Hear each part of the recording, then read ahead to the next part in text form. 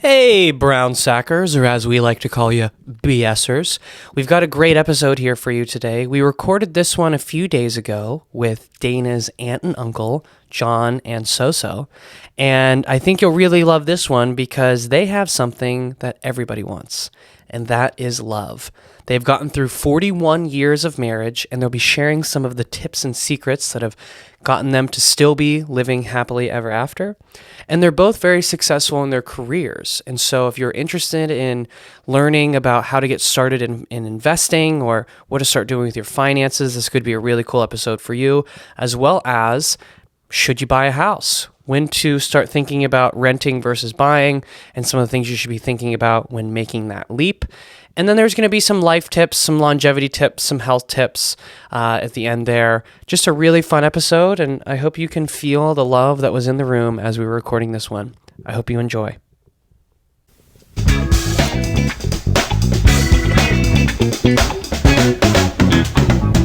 Welcome back to the Big Round Sack. All right, folks, by way of Bakersfield, California, and through Mammoth, California, we have on the show today, it's Aunt Soso and Uncle John!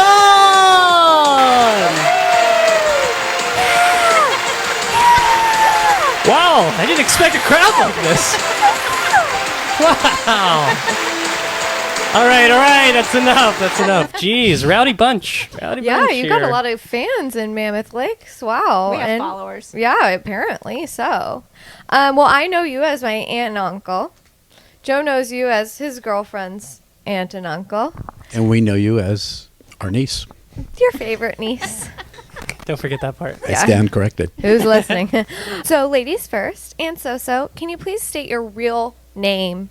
Your name, you're not walking around like, hi, I'm So-So. No. So tell us what you call yourself and what your occupation is. My name is Sonja. That's Sonja with a J, Sonja. And I am a real estate broker in Mammoth Lakes, California. That's right, folks. You're going to get some hot off the press insider real estate tips and tricks. Absolutely. Woo. So excited. And what and what about you, Uncle John? I am known as John Bush, John Bush. He is a part of the Bush family from the White House. Hi, I'm George W. Bush, President of the United States of America. So- The second most famous Bush family in the United States. That's correct. We have a story about that. Really? Yeah. Would love that. Yeah, so I am a financial advisor, which means I help people out with retirement planning and that kind of stuff. Which means you're also going to get some hot insider tips, hot off the press, for your finances. Wow! Wow!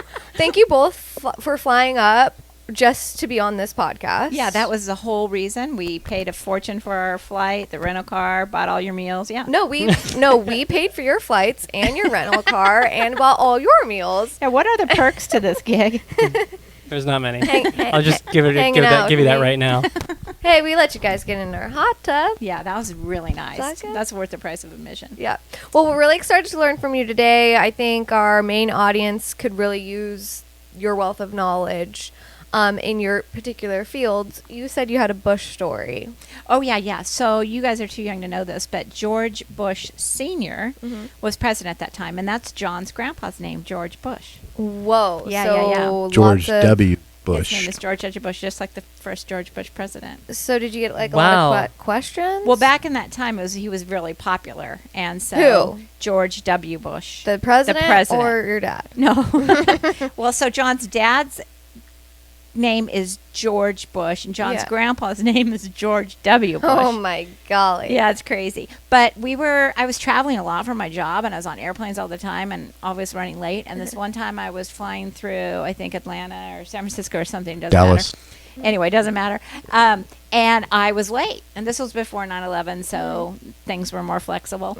And I go, oh, you're kidding me. I've been gone 2 weeks. I really want to get home.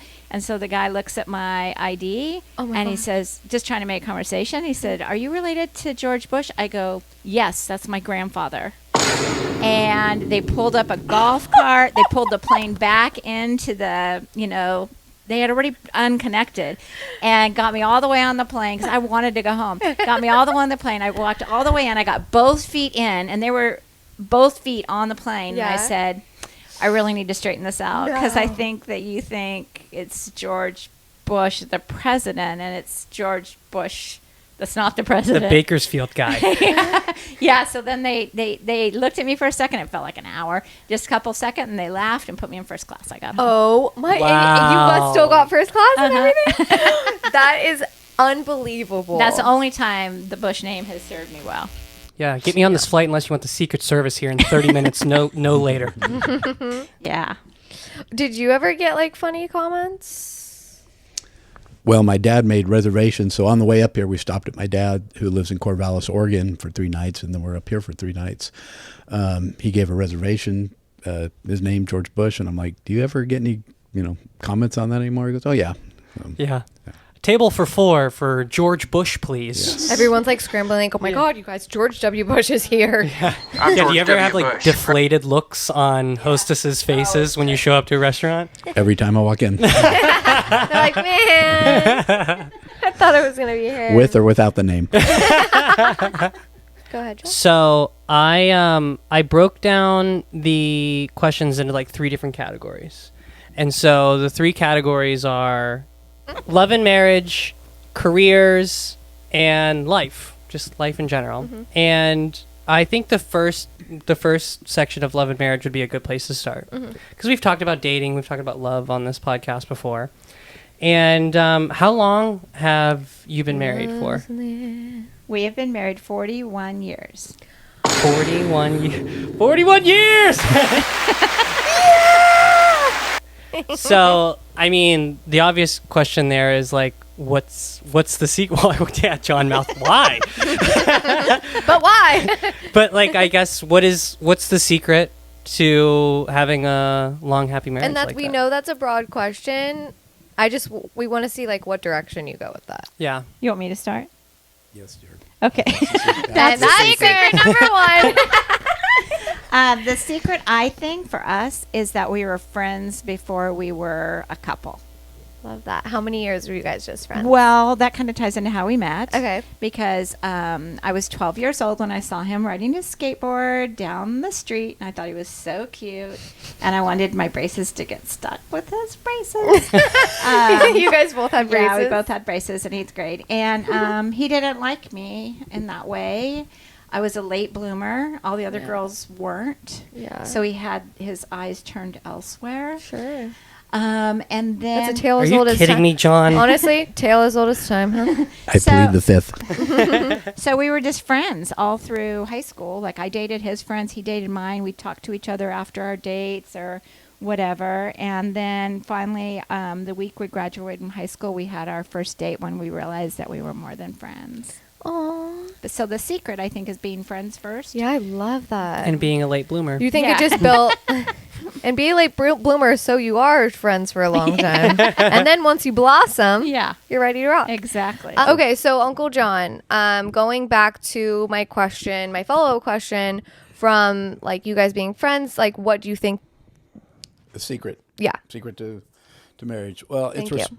number one, respect and a partnership. You guys are in a partnership. We're in a partnership together, and it's respect, really, and it's looking in the same direction together and wanting the same things, and to agree to disagree. To how do I want to say You that? want to, sometimes it's okay to disagree. Not sometimes, a lot of times. Respectfully disagree on things. So yeah, just putting the other person first. I love that. I will tell all you younger listeners I think people give up too much. They don't, I think a lot of times people don't work through things and they're real easy to throw in the towel. And go ahead, Joe. I had a question written out, which was if you could give one piece of advice to young people navigating the very complex dating world that is now, what would it be? And Fucking deal with it, dude. yeah, fight. Yeah, Fight through the shit. Seriously, if is this person worth fighting for, and is your relationship worth fighting for? Absolutely. And maybe it's not, but I think too many, and maybe this is me getting older, but I think a lot of young people today just say, "Oh, I'm done." and move on. Yeah, I think you got to fight for it. And like I said, when we've gone through those hard times, when we get through the other side, it's so much sweeter. So Why do you think people are so easy to give up nowadays? I think most people want immediate gratification and no pain, and it's a throwaway, disposable life. And so I think sometimes they don't know themselves well enough either, so they're going to get rid of the other person rather than deal with the issues that they have, right? And I think we live more in a instant gratification society. It's like, well, if I'm not getting it here, I'll go get it somewhere else, and I don't think You better not get it someplace else. That's exactly what I'm doing with my jobs. Like, well, this sucks. I did this for a year.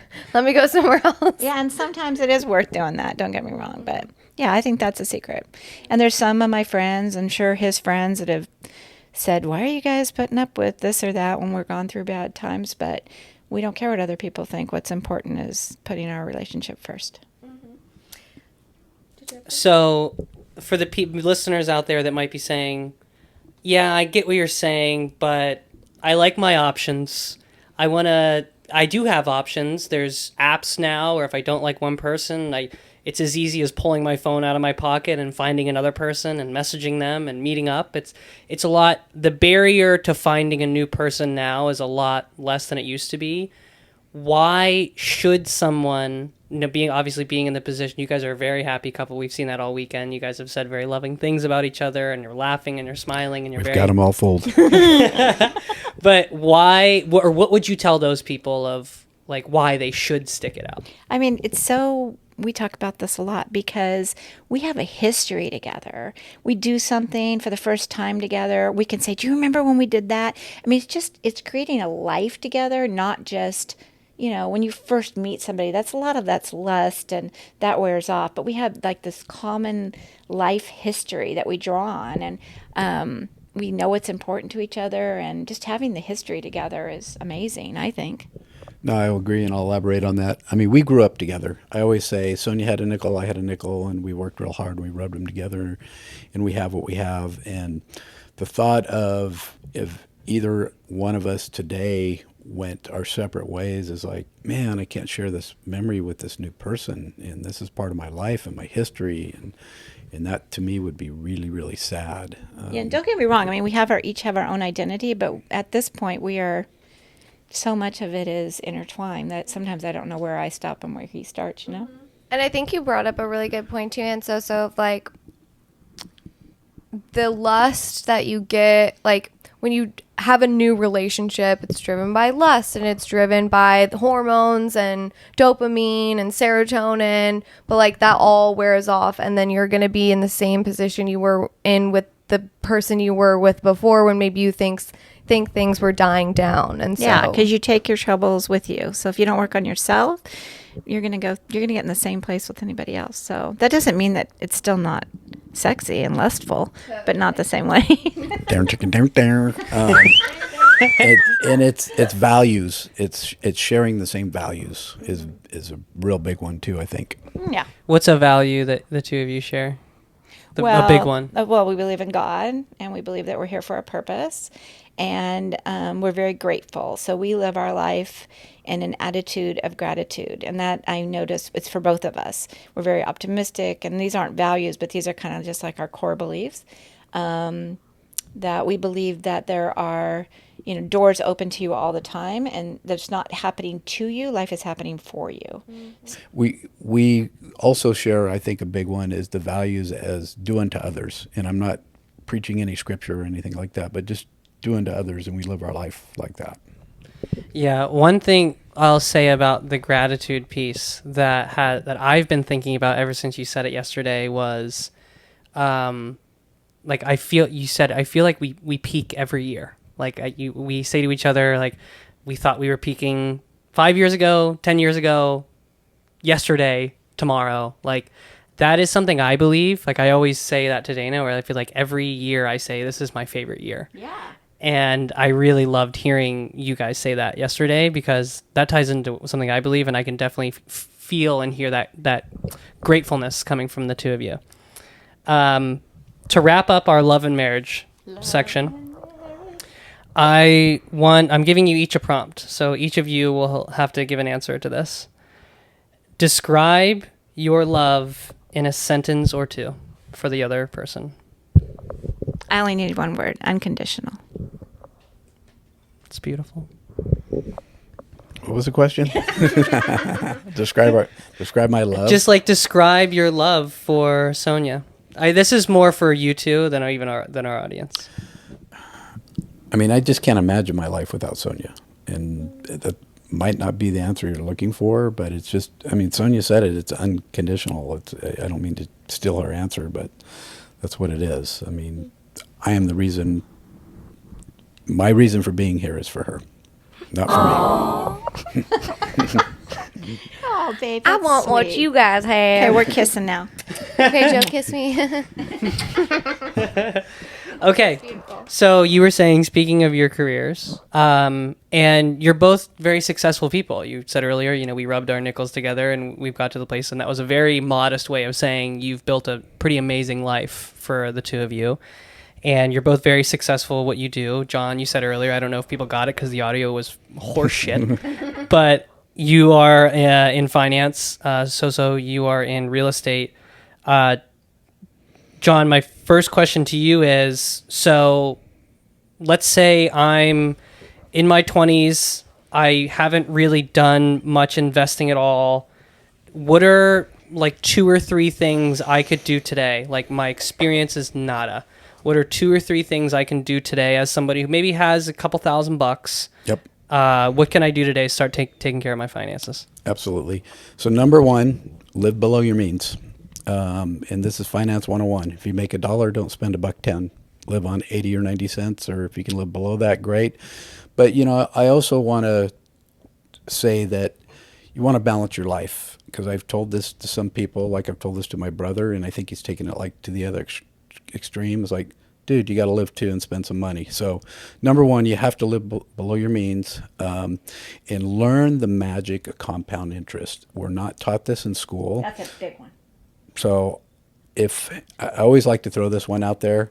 If the day that you guys were born, your parents put $2,000 away and never added another dime to it, and at age 66, at a 10% return, stock market return, what do you think it'd be worth? $1 million. Wow. That's what I want. That's what hooked me into finances, the magic of compound interest. So the biggest mistake, and you said to me, Joe, is like, hey, I got a couple $1,000. People think I don't have enough money to invest.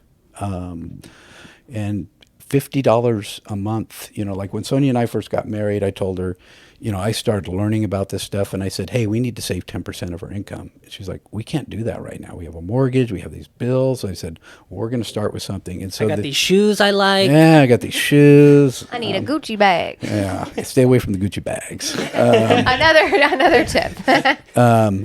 But I said, well, we're going to start with 3% because that was our company matches. And so people turn away those company matches. So that's 100% on your money. That's easy money. You don't have to do a thing for it. You don't even have to invest it. You just made 100% on your money. So don't turn that one away. And then learn how to invest. And I don't know how deep people want to get into this question, but I want to mention 3 mentors of mine, investors. One is Warren Buffett. Study things, all Warren Buffett. You can go to YouTube. He has an annual shareholder meeting, and you can watch it. And it's not just about Warren. And you'll learn about these investors. They're very giving people. It's not all about the money. Warren Buffett gives so much wisdom just on life. So that's one to look at, and he's like the world's wealthiest investor. He's a value investor. He learned this from a guy named Ben Graham, if you want to peel the onion back further.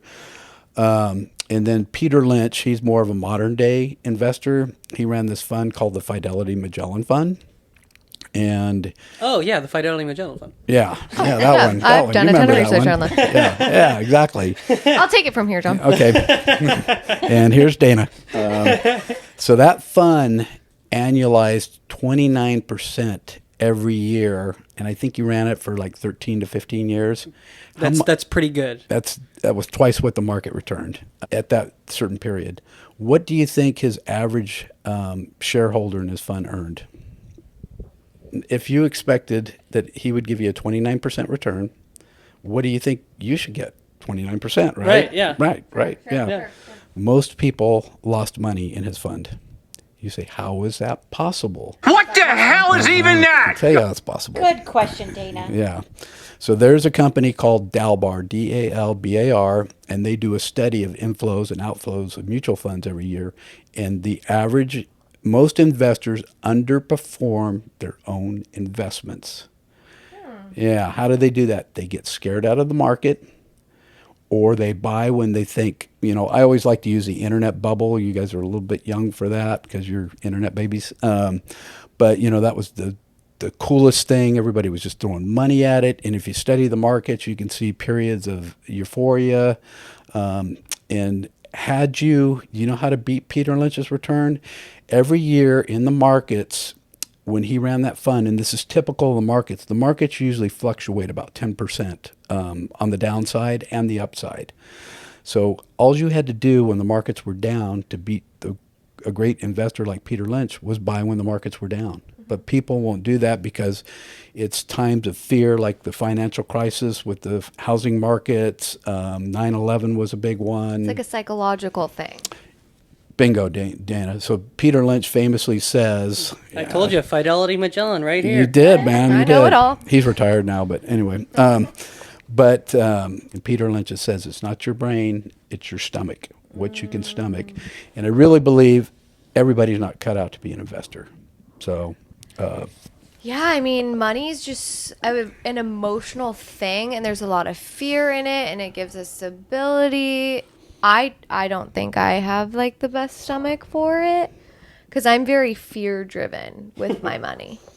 yes. And people are always, we call it a wall of worry in our business. And I wish I had my chart with me that goes back to the Great Depression and shows, World War I, World War II, Vietnam War, all these things to be worried about. And had investors just had stayed invested during those times, they would have done very, very well. And like not pulled their money out or. So what he's saying is don't time the market.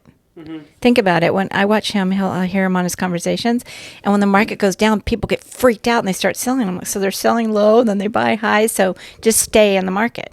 But it is very hard psychologically. And there's so many investment choices out there. People hop from investments to investments. I know we're up here. And when you say that, like, you mean like going from like investments in Amazon versus like Alaska Airlines, or like what do you even mean by investments? Yeah, and that's a good point. That's individual stocks, but let's just say mutual funds. There's 10,000, literally 10,000 mutual funds to choose from out there. Yeah. And people go, well, I want to get in this one, and this one's doing good. And they go, oh, no, I want to get in that one. As soon as they get in that one, this The one other one's starts doing moving. good. And Yeah. I always use the analogy, I know we're not in Southern California, but if you've ever been on the 405 driving, you jump lanes and like, oh, I'm going to get over in this lane. It's moving faster. And you look over and the guy's just passing you that you just passed. Yeah, that So is a really good sticking, analogy. my advice, kind of wrap this up for you, Joe, because I don't want to have to edit too much. My advice is stick to a strategy, and strategies come in and out of favor. Like in investing, there's growth, like the Amazons of the world, and then there's things that are value, and it might be like a Walmart or something like that. So it's people get real, like Bitcoin. Here's modern day, everybody's throwing money at Bitcoin. Well, nobody knows exactly what that is and what it's going to do. And Warren Buffett, the world's most famous investor, says, it's going to Not blow for up. them, It's yeah. not going to happen. He thinks it's going to end badly is what he says. Whether it does or not, we'll see. But everybody wants the hot new thing. And I always tell people when they like find out what I do is like, hey, what's the hot stock tip? And I lean into them and I go, come here, I'm going to tell you. And they lean in, I go, don't take hot stock tips. People will do so much homework on buying a microwave, buying a washer, dryer, whatever, and then they go to a cocktail party and someone says, hey, I got this in stock, and they can't wait to invest their life savings into it, and they know nothing about it. Wow. That is amazing. So to recap, we'll say 3 pieces of advice are: live below your means, Compound interest. Understand the value of compound interest, and Buy low and stay. Yeah, buy low. That's a good one, Dana. buy low and get high. get high, or get high and buy low. Whichever one comes first. Yeah. Okay. And then Sonja. Yeah. We haven't really heard much about real estate up to this point, and I did prepare a question for you. Okay. So you've been in real estate for a long time. My first question is more of just like a question for me. Yeah. And then my next question is a question for our audience. Question for me is, what's the most expensive house you've ever sold? 2.7 million.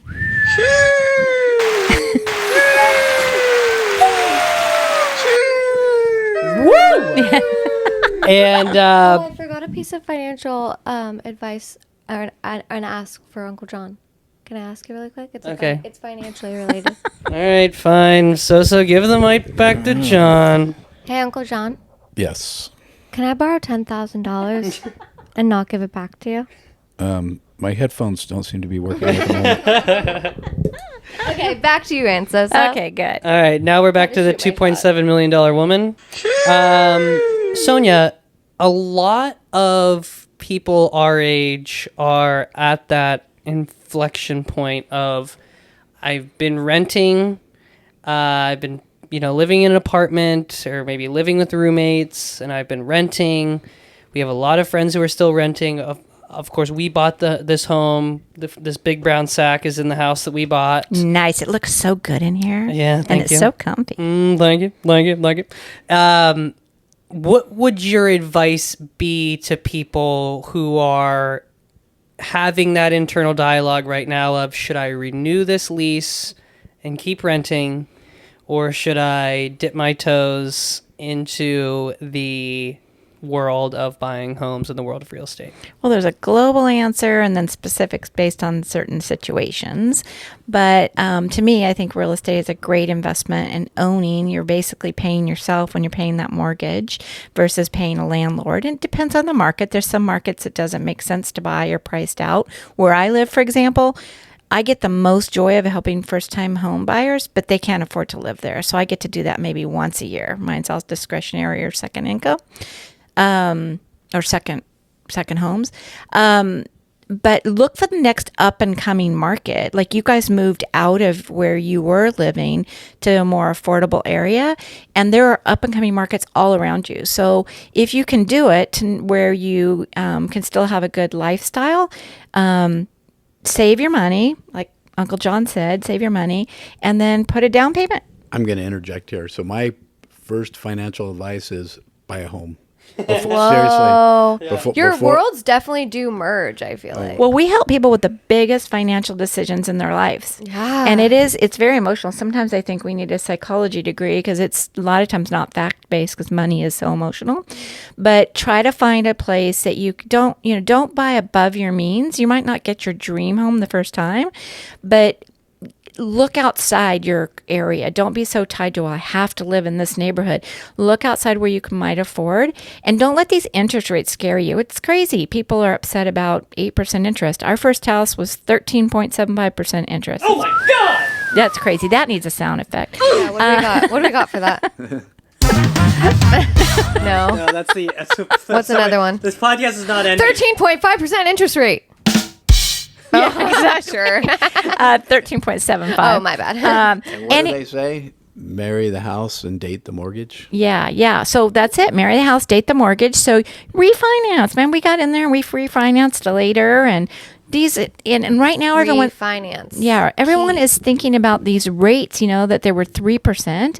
And those were historic lows. Those are ridiculous. But they doubled in a year, right? So you were over 6%. 6% still good, but don't stress out about it. You can refinance later, but buy less. Buy a place. Just get into something, a starter home or whatever. Our little house was, 1,200 square feet, really cute, and 13.75% interest. And we refinanced a few years later down to 10, and then down to 8. Yeah, and you don't want to be tied to your mortgage too. And that's what Sonja's saying is, buy an affordable home. Don't stretch yourself too thin. You see how we finish each other's sentences? It's adorable. You guys are like a power couple. Yeah, but That is the biggest. Just think about how you can do it. But you got to be doing what John said. You got to be paying yourself first. So put your money away, save your money. Don't get these, I wouldn't advise against interest only loans, which aren't popular right now anyway.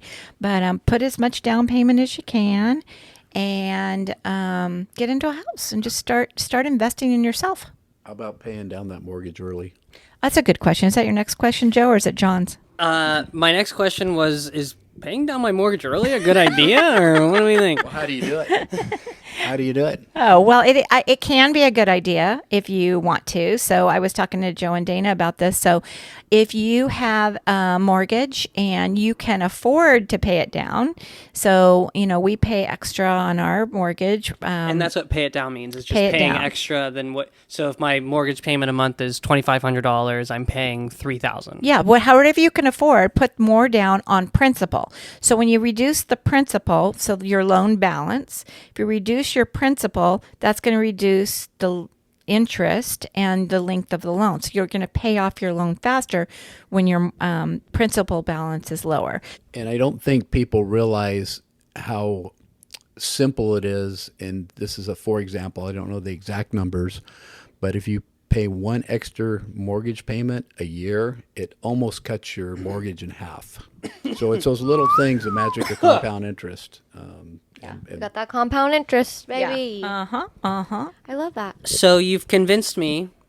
I'm gonna buy a home. Okay.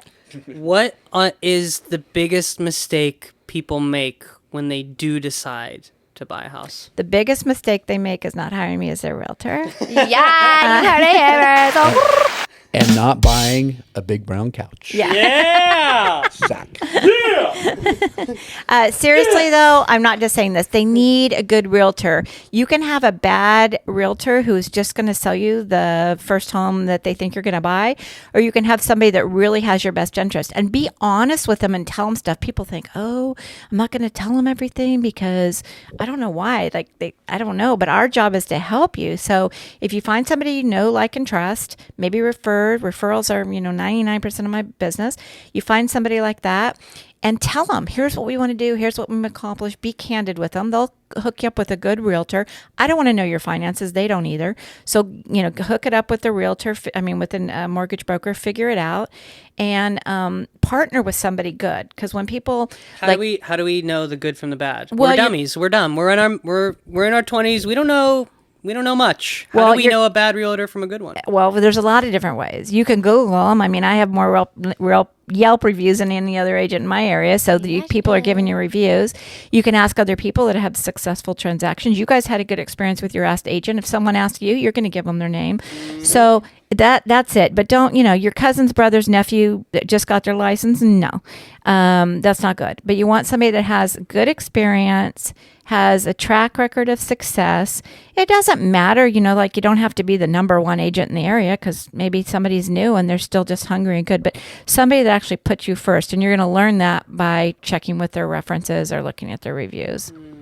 This applies to my business too. You want to ask a successful, wealthy person, who do you use as your real estate broker? Who do you use as your financial advisor? You don't want to ask a poor person, hey, who do you use as your financial advisor? Mm-hmm. It's like, maybe you're not working with them. Yeah, so pay attention to who's giving you the referral. Mm-hmm. Well, you gave us a referral, and I trust you, Anne. Yeah. Yeah, she was fabulous.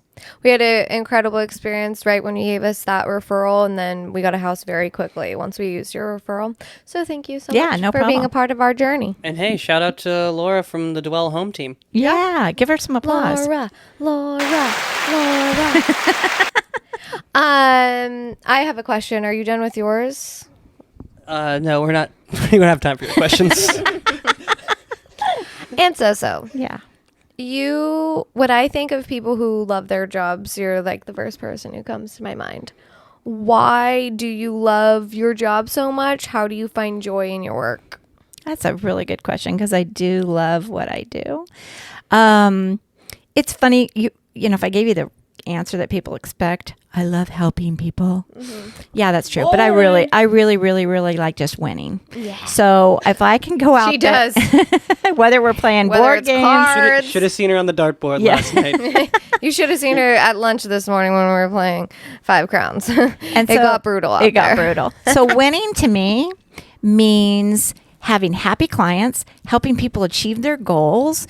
And I mean, if I get like at this guy that he called me when we were together today because he read my Yelp review. I'm like, that is so cool.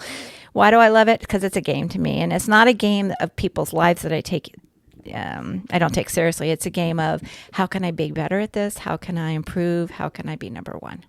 Growth mindset. Yeah, total Growth mindset. Wow. We did not give you nearly enough applause, John. I just forgot about it. I Don't think worry. you should. That's going on my Yelp review. Of us as podcasters. I think John later, we don't have to do it in the podcast, but he needs to give you his book recommendations. He does have book recommendations for people. Fire him off. Well, first of all, also, Uncle John, I do want to hear about your book recs, I guess. Yeah. Because I'm such a big reader. You know, we sent you to college for 4 years. Your parents did. You can Yeah, read. You you. can read. Well, I went to Washington State. So I don't know. All your math questions really threw me into a panic. Uncle John, before you get into the books, like we could definitely get there, I guess. But I'm going to do them quick. I learned something like so fascinating from you today. You're a very healthy guy, and you've got tricks up your sleeve on how to live a healthy life. And we were just chit-chatting at lunch, and I brought up how I like want to get my act together when it comes to having a morning routine, because I'm the type of person who's Joe has 2 full-time jobs. One is his 9 to 5 in sales, and the other is just trying to get me out of bed. Yeah. So we were talking about this, and you gave me some really good tips about your morning routine. Can you reshare that and specifically emphasize grounding? Yes, I can. So with morning routines, I think it's real important. We all went through COVID. Your generation does a lot of work from home. That's kind of newer for us. And when I was home for COVID, it's real easy. My brother and my sister-in-law have worked from home for the last 20 years, and I just started doing it in 2010. And I'm like, hey, do you find yourself like rolling out of bed and just jumping on your computer, and next thing you know, it's noon and you're still in your pajamas, you haven't showered. And my sister-in-law like licks her top teeth and like, yeah, did I even brush my teeth today? So I think a morning routine, especially. I certainly can't relate to that at all. Yeah. You're not preaching to the choir or anything, right? So I think it's real important, especially if you're working from home, to have your life as habits. You can have successful habits. You can have unsuccessful habits, with your health, with your wealth, whatever. And, it's not all about the money. It's about living a good quality life too. So having that morning routine, like for me, I could speak for me. And I want to say, and I've gone through it, and it's like my nephew says, he goes, man, how do you know all this stuff? You're so smart. And I go, because I've done all the dumb shit. That's how I've learned. And I'm trying to share with you guys, don't do the dumb shit. Mm-hmm. But make your routines doable. Like during COVID, I just started doing push-ups and sit-ups, and I just started doing it every day. And you don't have to do 1,000 push-ups or 1,000 sit-ups. But for me, my morning routine is I love my coffee in the morning. So I like to get up. I actually reflect. I actually read the daily scripture for that day, just so I can reflect and just give thanks. Okay, thank you, Lord. I appreciate this life that I have. And, for my coffee, I think I shared this with Dayna too, is, add a pinch of salt to that coffee. And by salt, he really means. It really means salt. None of that crappy iodized processed stuff. That pure Colombian salt. Pure Colombian Himalayan salt. But seriously, add a pinch to that. It helps hydrate you. It takes the bitterness away from the coffee. So I do that, and I do actually some stretching, some yoga. And as you get older, you'll appreciate that more. But if you get in these habits, and then one thing that I was sharing with Dayna today is grounding. And a lot of people might not know what that is, but it's kicking your shoes off. It's walking on the earth. It's standing on the earth. You can do it with your hands. We all like to take a walk on the beach, most of us. We feel better. Shoes are relatively new to human beings. and it disconnects us from everything. And I know Dana's looking here for the definition, but it will help you sleep better. It will help you think better. And we are, we're all guilty of staring at our phones and swiping. We all get too much electronics. So literally putting your bare feet on the ground. Yes, and putting them on the sidewalk in cement has some benefit, but the grass and the sand and things like that, and you only need to do it for 15 or 20 minutes. And if you can't do it for 15, 20 minutes, do it for 5. And that's probably my biggest advice to everyone is we jump out of bed in the morning, and some mornings we're like, man, I could barely get my shit together and get out the door and make it to the office. If you do 1 push-up, that's 1 more than you would have done, period, or 10 push-ups or whatever. So just make that effort to make that habit. The benefits look insane, and there looks like there has been a ton of studies about this. And I don't even need a definition. Like, you explained it just fine. It's just like you take your shoes off and you touch the earth with your feet. And there were these pictures of this woman with a giant hole in her foot, basically, like a gash. And over 2 weeks, they took pictures of progress over just 2 weeks of her healing, Grounding. Her foot was healing from just walking on the earth. It was crazy. And then when we were playing cards after lunch, I was walking on my feet were getting in that soil, She's baby. running around like a little hippie with no shoes. Yeah, I was a crazy woman. So Sonia, is this some big crock of shit, or you do this too? No, I do it too. But what's interesting is I learned about it from John because he's researching things all the time on how to live longer and healthier and happier lives. But I was having some trouble with my foot because, I've had all this surgery on my one leg, but my good leg started giving me trouble. And so I've been going to the chiropractor, work on my hips and all this sort of stuff. And he actually said to me, so this guy, he researches all kinds of things. He goes, I really want you to get out and do some grounding every day. And I'm like, oh my gosh. No way. Yeah. So my And husband. if I say it, she just rolls her eyes. But if the chiropractor says it, she's all over it. Yeah, he's pretty amazing. So yeah. That's so cool. That's definitely something I'm going to start doing.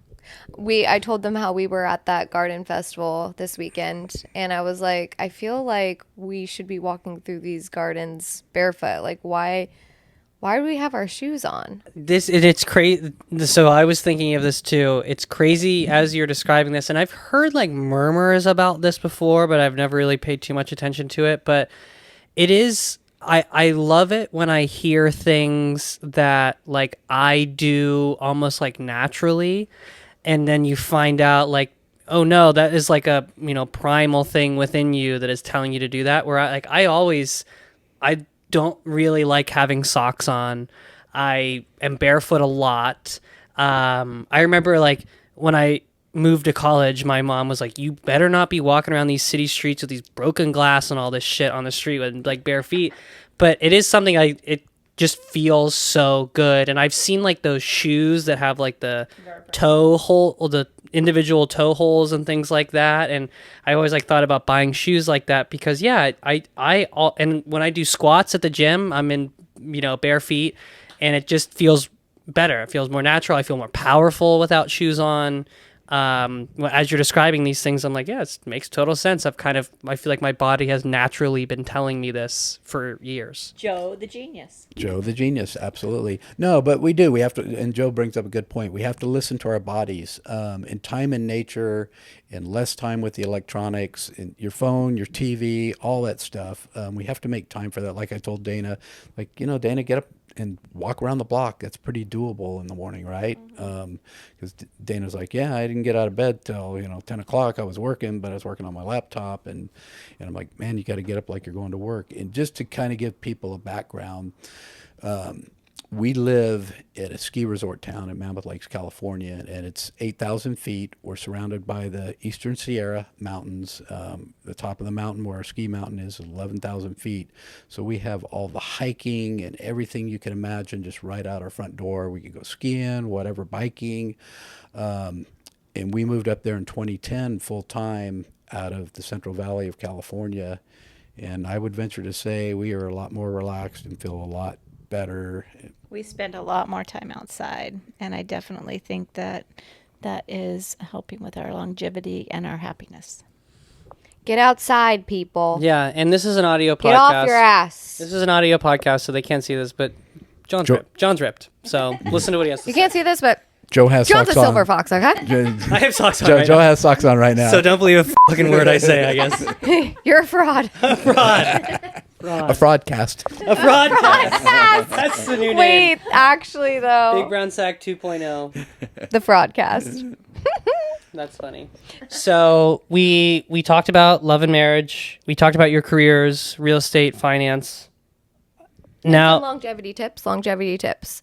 That's another. If you have any more, I'm definitely interested in hearing. But And- go on. It's so hard sharing a mic. well, yeah, when you start talking every time I pull the mic away. Anyway, So, and yeah, we were talking about longevity, and that's a great segue into our last section, which is life. And I am fascinated by something that you told us the other day, which is your first jar. Can you explain the first jar to the listeners? Oh, I love to do that. Okay, so first, as in first place, first jar, it means, well, let me back up. We've done this maybe, 8, 9 years. And we have a jar in our living room, prominently displayed on our coffee table. An old mason It's an antique mason jar. You can use any old jar. So it's a jar, and there's some slips of paper nearby and a pen.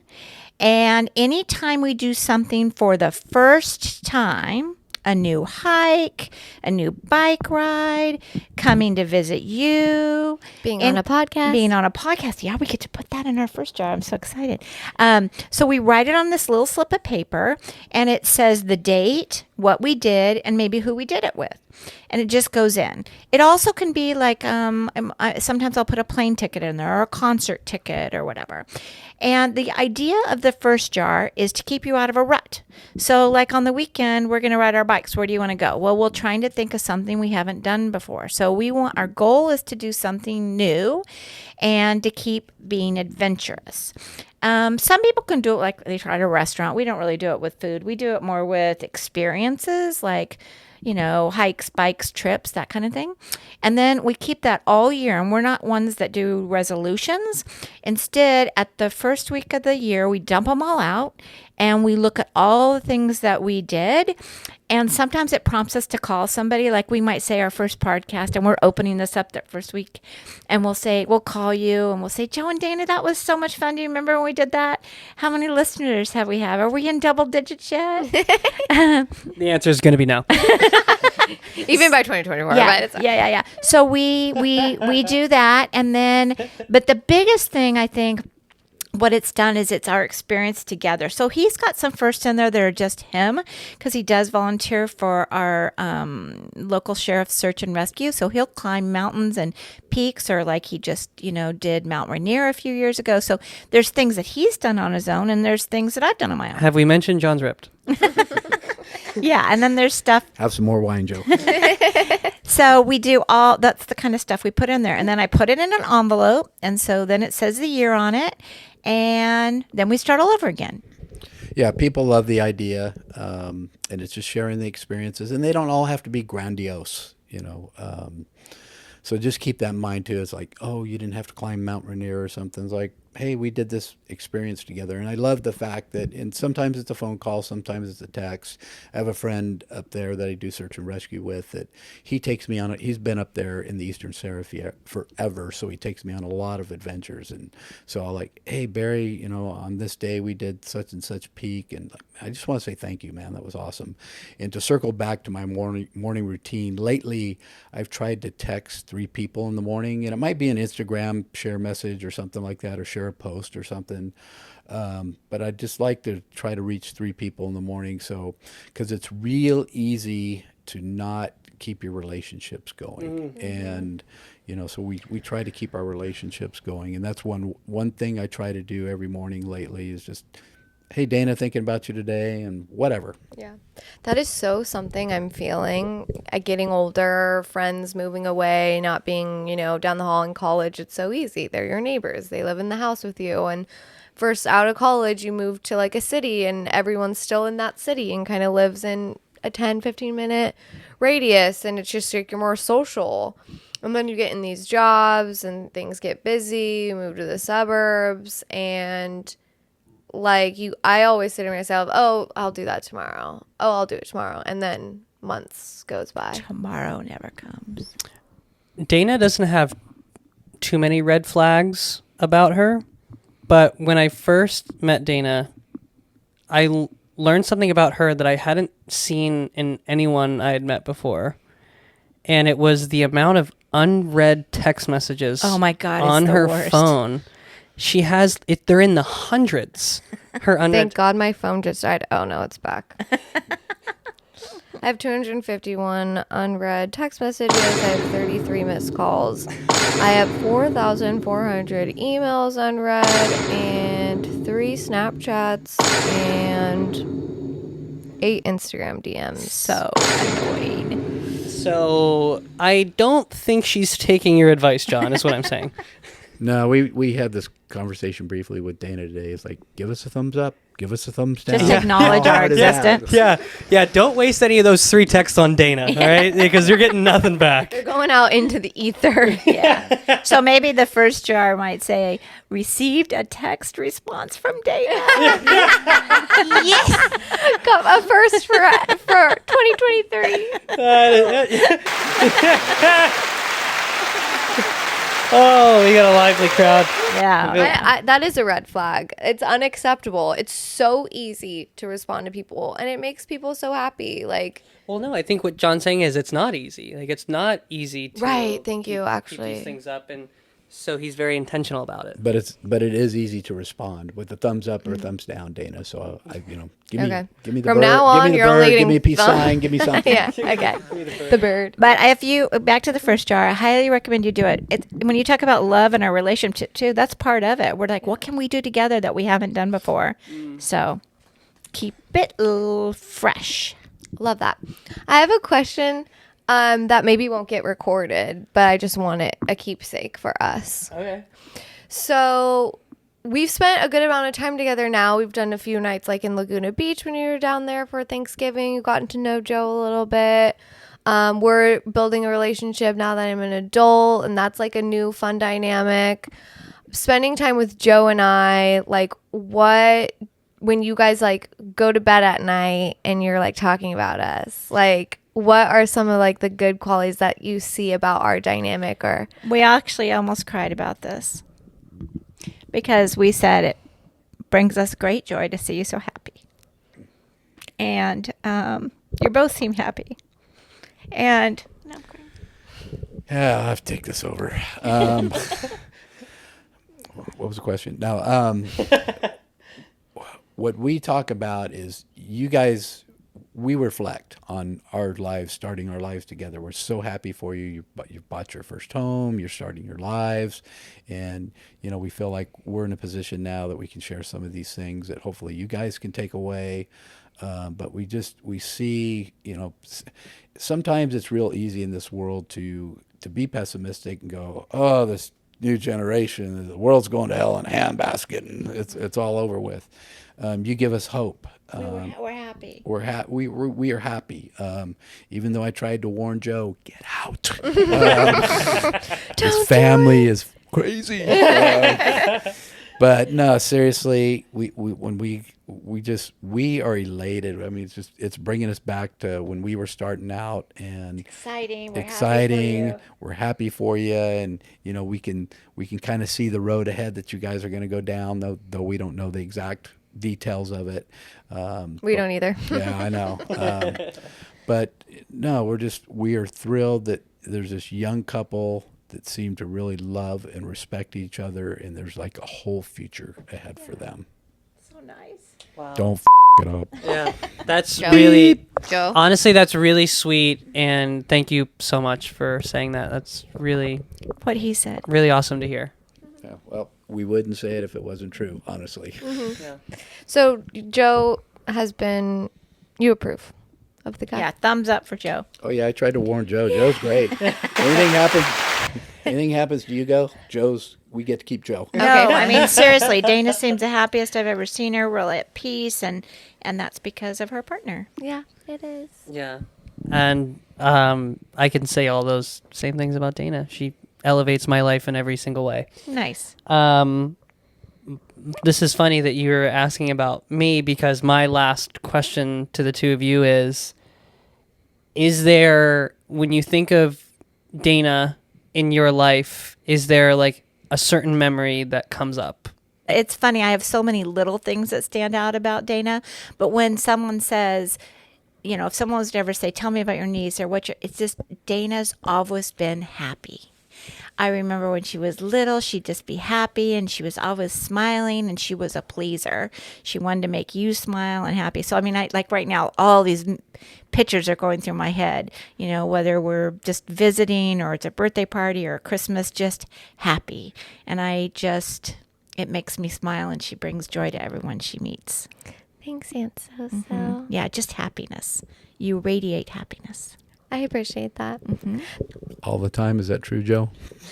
Just not when he's waking me up in the morning. Yeah, you guys clearly haven't had to get Dayna out of bed very often. But other than that, yes, Dayna is a ray of sunshine all the time. I do want to wrap us up. Thank you so much for giving some time and coming down and hanging out on the sack with us. Did we really have a choice? We're sleeping here. Yeah, that is true.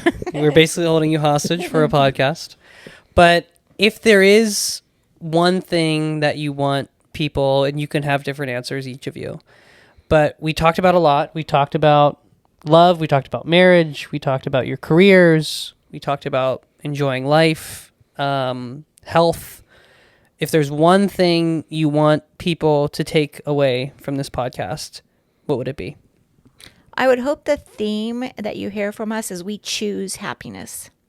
I choose happiness. Your destiny. I'm not saying I wasn't dealt a good hand. I was dealt a good hand. But how I played that hand is all up to me. And how you play your hand is all up to you. So we choose happiness. I think choose happiness, whatever that is, but you make the choice, and you can choose to wake up every day and look at all the negative in the world, or you can wake up every day and say, what's the joy and what's my gratitude? We've talked about a lot of success with finances and real estate and that kind of stuff. It's nice to be successful and be secure, but what's more important is people and experiences. So keep that in mind. Probably early on in life, we were a little focused on making the money, and maybe should have balanced that out with some of the experiences, because we had that work ethic and we didn't know any better. Just work, keep working harder. So there's a balance, and do the things today. And we told you guys that earlier. We were talking about going places and doing trips and stuff like that. And we're finally, we've gone a lot of places, done a lot of things, but we're starting to take some of the big trips we've always talked about. We're not promised tomorrow. And in all of that success, remember to give back. I think it's really important. I always say this. I've always been a giving person, but your Aunt So has taught me how to be a charitable person. She's a very giving soul. Now I'm going to cry. So just we all hear, you got to have balance, life balance.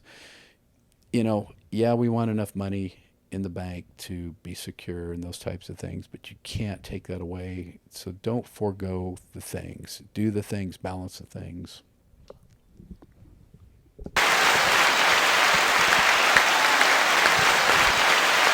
Yeah, that was one thing I was hoping to get into a little bit more, is like your charity work, and because that's definitely something I want to like open myself up to and find the time for and build the capacity for that type of work as I get older.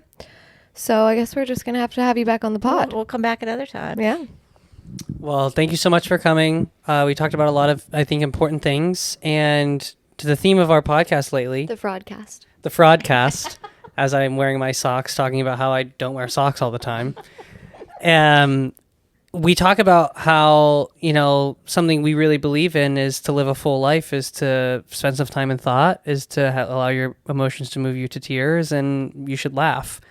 We did all three of those in this podcast today. We did. Good job. We did all three. Check. check. I need applause. So we're living a full life and a full podcast. Broadcast. That's all, folks. See you next time. That was fun. Fun, right? Fun. That's the first thing everyone says when we get done. That was fun.